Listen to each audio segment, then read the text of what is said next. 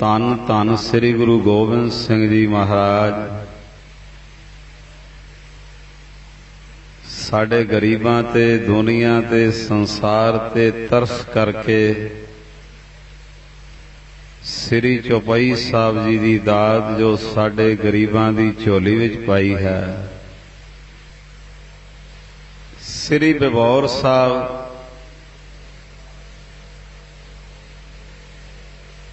ਬੜੀ ਇਕਾਂਤ ਦੇ ਵਿੱਚ ਸਿੱਖਾਂ ਦੀ ਬੇਨਤੀ ਕਰਨ ਤੇ ਸ੍ਰੀ ਚੌਪਈ ਸਾਹਿਬ ਜੀ ਦੀ ਬਾਣੀ ਮਹਾਰਾਜ ਗੁਰੂ ਕਲਗੀਧਰ ਪਾਤਸ਼ਾਹ ਜੀ ਨੇ ਬਿਬੌਰ ਸਾਹਿਬ ਉਚਾਰਨ ਕਰਨਾ ਕੀਤੀ। ਔਰ ਮੈਂ ਤੇ ਸਤਿਗੁਰੂ ਮਹਾਰਾਜ ਜੀ ਦਾ ਕੋਟਾਨ ਕੋਟ ਸ਼ੁਕਰਾਨਾ ਕਰਦਾ ਕਿ ਸ੍ਰੀ ਚੌਪਈ ਸਾਹਿਬ ਜੀ ਦੀ ਬਾਣੀ ਦੇ ਖੀਰ ਤੇ ਇੱਕ ਦੋਹਰਾ ਮਹਾਰਾਜ ਨੇ ਉਚਾਰਨ ਕੀਤਾ ਜਿਹਦੇ ਵਿੱਚ ਚੌਪਈ ਸਾਹਿਬ ਜੀ ਦੀ ਮਹਾਨਤਾ ਦੱਸੀ ਹੈ। ਕਿਉਂਕਿ ਜਿਸ ਤਰ੍ਹਾਂ ਦਾ ਇਹ ਕਲਯੁਗ ਦਾ ਸਮਾਂ ਆ ਚੁੱਕਾ ਹੈ, ਇਹੋ ਜਿਹੇ ਇਤਿਹਾਸਕਾਰ ਤੇ ਇਹੋ ਜਿਹੇ ਕਥਾਵਾਚਕ ਧਰਤੀ ਤੇ ਹੈਗੇ ਨੇ ਜਿਹੜੇ ਇਹ ਵੀ ਕਹਿੰਦੇ ਨੇ ਬਹੁਤੀ ਬਾਣੀ ਪੜ੍ਹ ਕੇ ਕੀ ਲੈਣਾ ਹੈ। ਆਖੋ ਸਤਨਾਮ। ਜਿਹੜੇ ਇੱਥੋਂ ਤੱਕ ਵੀ ਕਥਾ ਵਿਚਾਰ ਵਿੱਚ ਗੱਲ ਰੱਖਦੇ ਨੇ ਕਿ ਬਹੁਤੀ ਬਾਣੀ ਪੜ੍ਹਨ ਦੀ ਨਹੀਂ ਲੋੜ। ਇਹ ਸ਼ੁਕਰ ਹੈ ਗੁਰੂ ਗੋਬਿੰਦ ਸਿੰਘ ਮਹਾਰਾਜ ਸੱਚੇ ਪਿਤਾ ਜੀ ਦਾ, ਜਿਨ੍ਹਾਂ ਨੇ ਚੌਪਈ ਸਾਹਿਬ ਜੀ ਦੇ ਖੀਰ ਦੇ ਉੱਤੇ ਚੌਪਈ ਸਾਹਿਬ ਜੀ ਦੀ ਮਹਾਨਤਾ ਦੱਸਤੀ। ਸਤਿਗੁਰੂ ਜਾਣੀ ਜਾਣ ਸੀ। ਮਹਾਰਾਜ ਸੱਚੇ ਪਿਤਾ ਜੀ ਨੂੰ ਪਤਾ ਸੀ ਆਉਣ ਵਾਲਾ ਸਮਾਂ ਇੰਨੀ ਕੁ ਬੁੱਧੀ ਭ੍ਰਿਸ਼ਟ ਜਾਣੀ ਹੈ। ਕਲਯੁਗ ਨੇ ਇਹ ਵੀ ਇੱਕ ਲੱਤ ਤੋੜ ਦੇਣੀ ਹੈ ਕਿ ਜਿਨ੍ਹਾਂ ਦਾ ਕੰਮ ਹੈ ਪ੍ਰਚਾਰ ਕਰਕੇ ਜੋੜਨਾ, ਉਹ ਤੋੜਨ ਸ਼ੁਰੂ ਕਰ ਦੇਣਗੇ। ਉਹ ਤੋੜਨਾ ਸ਼ੁਰੂ ਕਰ ਦੇਣਗੇ। ਅੱਜ ਕੱਲ ਇੰਨੀ ਲਿਖਤ ਐਸੀ ਛਪਦੀ ਹੈ ਕਿ ਜਿਸ ਲਿਖਤ ਨੂੰ ਪੜ੍ਹ ਕੇ ਬਣੀ ਹੋਈ ਸ਼ਰਧਾ ਵੀ ਕਈ ਵਾਰੀ ਟੁੱਟ ਜਾਂਦੀ ਹੈ। ਇਸ ਲਈ ਅੱਜ ਕੱਲ ਦੇ ਸਮੇਂ ਵਿੱਚ ਬੌਧਿਕ ਗਿਆਨ ਵਰਤਿਆ ਕਰੋ। ਕਈ ਕੀਰਤਨ ਦਰਬਾਰਾਂ 'ਚ ਤੁਸੀਂ ਹਾਜ਼ਰੀ ਭਰਨੀ ਹੁੰਦੀ ਹੈ, ਕਈ ਤਰ੍ਹਾਂ ਦੇ ਕਥਾਵਾਚਕ ਆਏ ਹੁੰਦੇ ਨੇ। ਉਸ ਵੇਲੇ ਬੌਧਿਕ ਗਿਆਨ ਵਰਤੋ। ਜੇ ਕੋਈ ਕਥਾਵਾਚਕ ਕਲਯੁਗ ਦੇ ਪ੍ਰਭਾਵ ਹੇਠ ਇਹੋ ਜੀ ਗੱਲ ਕਹਿ ਗਿਆ ਜਿਹੜੀ ਤੋੜ ਰਹੀ ਹੈ ਗੁਰੂ ਘਰ ਤੋਂ, ਪਿੱਛੇ ਪਾ ਰਹੀ ਹੈ ਗੁਰੂ ਘਰ ਤੋਂ, ਉਸ ਵੇਲੇ ਕਹਿੰਦੇ ਬੌਧਿਕ ਗਿਆਨ ਵਰਤ। ਜਿਹੜੀ ਗੱਲ ਗੁਰੂ ਤੋਂ ਤੋੜਦੀ ਏ ਉਹਨੂੰ ਕੱਟ ਵੱਢ ਕੇ ਉੱਥੇ ਹੀ ਛੱਡ ਦੇ, ਚੰਗੀ ਗੱਲ ਕਰ ਲੈ। ਆਖੋ ਸਤਨਾਮ। ਬੌਧਿਕ ਗਿਆਨ ਜੋ ਕੋਈ ਚੰਗੀ ਗੱਲ ਗੁਰੂ ਨੂੰ ਜੋੜਨ ਵਾਲੀ ਉਹ ਲੈ, ਦੂਸਰੀ ਉੱਥੇ ਛੱਡ ਦੇ।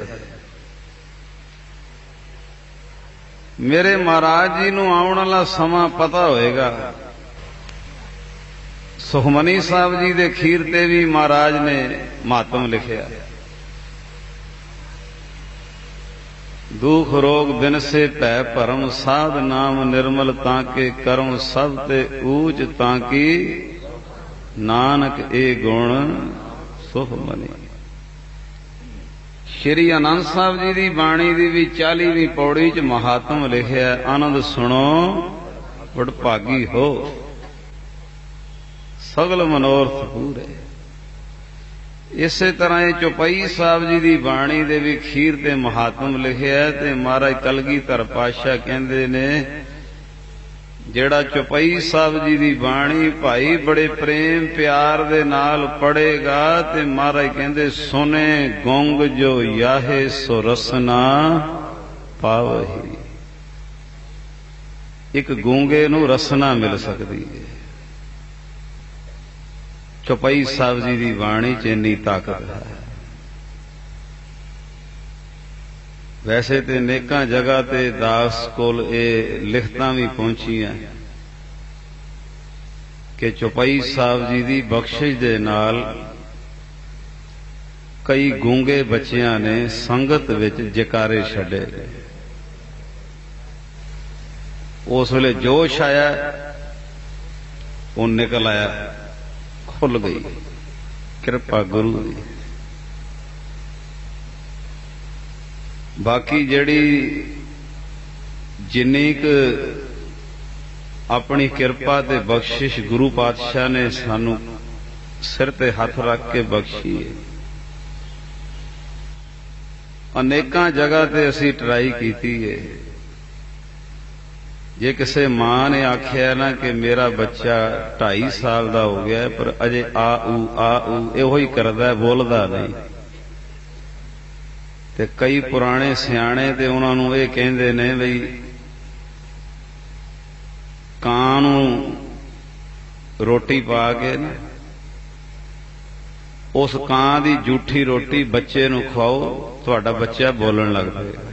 ਇਹ ਕਈ ਸਿਆਣਿਆਂ ਦੀ ਰਾਏ ਹੈ ਕਿ ਕਾਂ ਬੋਲਦਾ ਬਹੁਤ ਹੈ, ਉਹਦਾ ਜੂਠਾ ਬੱਚੇ ਨੂੰ ਖਵਾਓ। ਕਈ ਪੁਰਾਣੇ ਸਿਆਣੇ ਕਹਿੰਦੇ ਨੇ ਬਈ ਤਵਲੇ ਦਾ ਆਟਾ ਜਿਹੜਾ ਨਾ ਉਹਦਾ ਫੁਲਕਾ ਪਕਾ ਕੇ ਬੱਚੇ ਨੂੰ ਇਹ ਵੱਜਦਾ ਹਰ ਵੇਲੇ ਤੇ ਤੁਹਾਡਾ ਬੱਚਾ ਬੋਲੇਗਾ। ਦਾਸ ਇਹ ਤੇ ਨਹੀਂ ਜਾਣਦਾ ਇਹ ਗੱਲ ਠੀਕ ਹੈ ਕਿ ਨਹੀਂ ਠੀਕ, ਪਰ ਇੰਨੀ ਗੱਲ ਜਾਣਦਾ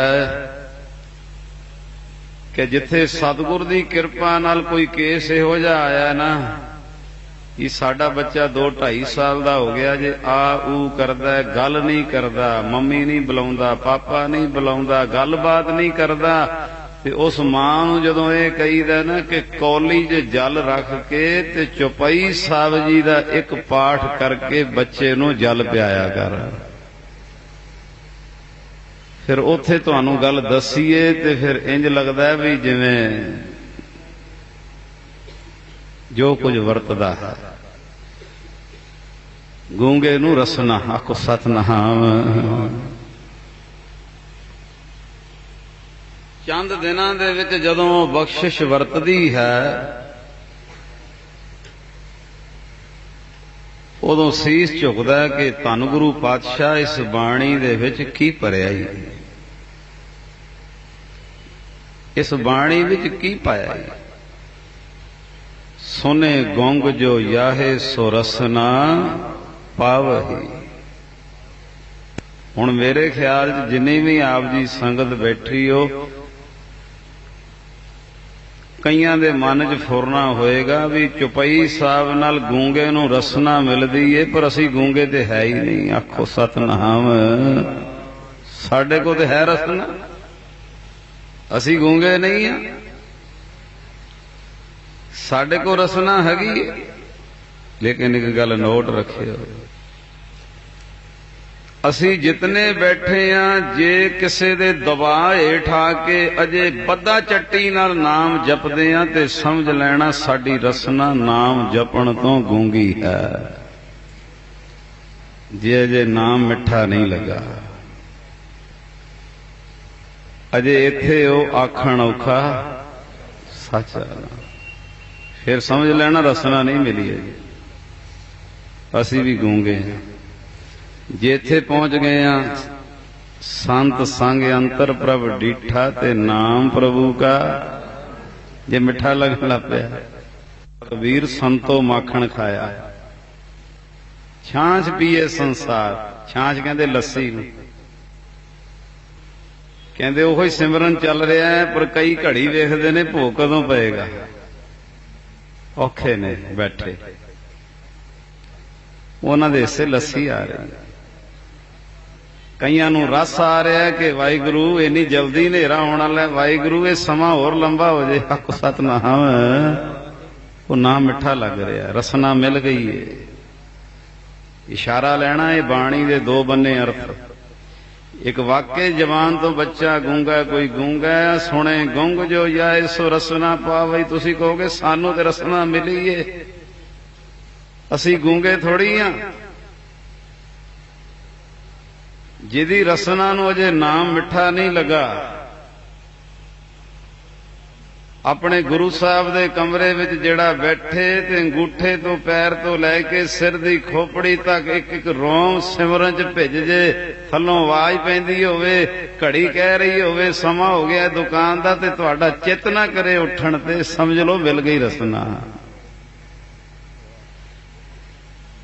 ਉਹ ਮੱਖਣ ਐ ਅੰਦਰ ਚੱਲ ਰਿਹਾ ਨਾਮ, ਆਖੋ ਸਤਨਾਮ। ਇਹੋ ਜਿਹਾ ਗੁਰਮੁਖ ਜਿਹੜਾ ਇੱਕ ਵਾਰੀ ਵਾਹਿਗੁਰੂ, ਕਈ ਲੱਖਾਂ ਵਾਰੀ ਉਹਦਾ ਵਾਹਿਗੁਰੂ ਦਾ ਮਹਾਤਮ ਬਣ ਰਿਹਾ ਹੈ, ਸਰੀਰ 'ਚ ਨਾਮ ਚੱਲ ਰਿਹਾ ਹੈ। ਇਸ਼ਾਰਾ ਲੈਣਾ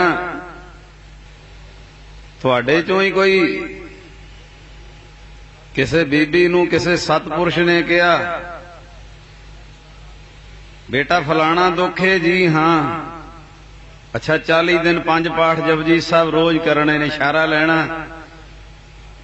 ਅਜੇ 37ਵਾਂ ਦਿਨ ਨੇ ਤੇ ਆਪਣੀ ਸਹੇਲੀ ਨੂੰ ਕਹਿੰਦੀ ਏ, ਦੂਜੇ ਨੂੰ ਕਹਿੰਦੀ ਏ ਬਸ 3 ਦਿਨ ਰਹਿ ਗਏ ਨੇ, 5 ਪਾਠ ਰੋਜ਼ ਦੇ ਕਹੇ ਨੇ ਜਪਜੀ ਸਾਹਿਬ ਦੇ, ਬਸ 3 ਦਿਨ ਰਹਿ ਗਏ ਆ, ਫਿਰ ਮੈਨੂੰ ਨਹੀਂ ਕਰਨੇ ਪੈਣੇ। ਆਖੋ ਸਤਨਾਮ।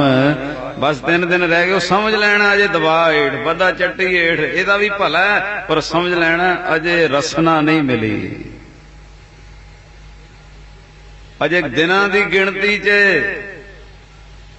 ਅਜੇ ਰਸਨਾ ਨਹੀਂ ਮਿਲੀ ਕਿ ਨਾਮ ਮਿੱਠਾ ਲੱਗਣ ਲੱਗ ਪਵੇ। ਗੁਰੂ ਕਲਗੀਧਰ ਪਾਤਸ਼ਾਹ ਕਹਿੰਦੇ ਨੇ ਜਿਹਦੀ ਰਸਨਾ ਨੂੰ ਨਾਮ ਅਜੇ ਮਿੱਠਾ ਨਹੀਂ ਲੱਗਾ, ਜਿਹਦੇ ਅੰਦਰ ਬਾਣੀ ਨਹੀਂ ਚੱਲੀ, ਜਿਹਨੂੰ ਨਾਮ ਅਜੇ ਗਿਣਤੀ ਮਿਣਤੀ ਦੇ ਦਿਨਾਂ ਵਿੱਚ ਬਿਤਾ ਰਿਹਾ, ਕਦੋਂ ਦਿਨ ਮੁੱਕਣਗੇ 5 ਪਾਠ ਜਿਹੜੇ ਰੋਜ਼ ਦੇ ਫਲਾਣੇ ਕਹੇ ਨੇ। ਧੰਨ ਗੁਰੂ ਕਲਗੀਧਰ ਪਾਤਸ਼ਾਹ ਕਹਿੰਦੇ ਜੇ ਕੋਈ ਚੌਪਈ ਸਾਹਿਬ ਜੀ ਦੇ ਪਾਠ ਸ਼ਰਧਾ ਭਾਵਨਾ ਨਾਲ ਬੈਨ ਲਾ ਕੇ ਕਰੇ, ਉਹਦੀ ਰਸਨਾ ਨੂੰ ਇੱਕ ਦਿਨ ਨਾਮ ਮਿੱਠਾ ਲੱਗਣ ਲੱਗ ਪੈਂਦਾ ਹੈ। ਆਖੋ ਸਤਨਾਮ। ਸੁਣੇ ਗੁੰਗ ਜੋ ਯਾਹੇ ਸੋ ਰਸਨਾ ਪਾਵਈ।